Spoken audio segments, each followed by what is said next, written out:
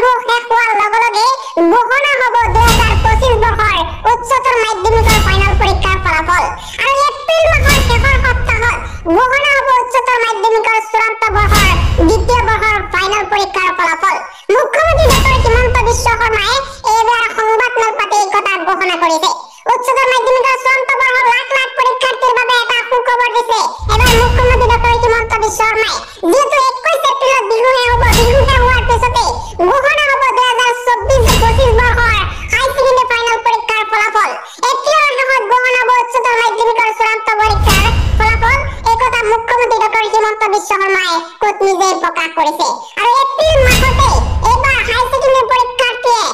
নিজৰ ফলাফল লাভ কৰিব আৰু যিটো আসাম হাই ছেকেণ্ডাৰী এডুকেশ্যন কাউন্সিলৰ অফিচিয়েল ৱেবছাইট আছে সেই অফিচিয়েল ৱেবছাইটৰ জৰিয়তে নিজে ফলাফলসমূহ চেক কৰিব পাৰিব আৰু আপোনালোকে সেৱাৰ যিটো অনলাইন অফিচিয়েল ৱেবছাইট সেইটো ৱেবছাইটৰ জৰিয়তে ছাত্ৰ-ছাত্ৰীসকলে হাই ছেকেণ্ডাৰী ফাইনেল পৰীক্ষাৰ ফলাফল লাভ কৰিব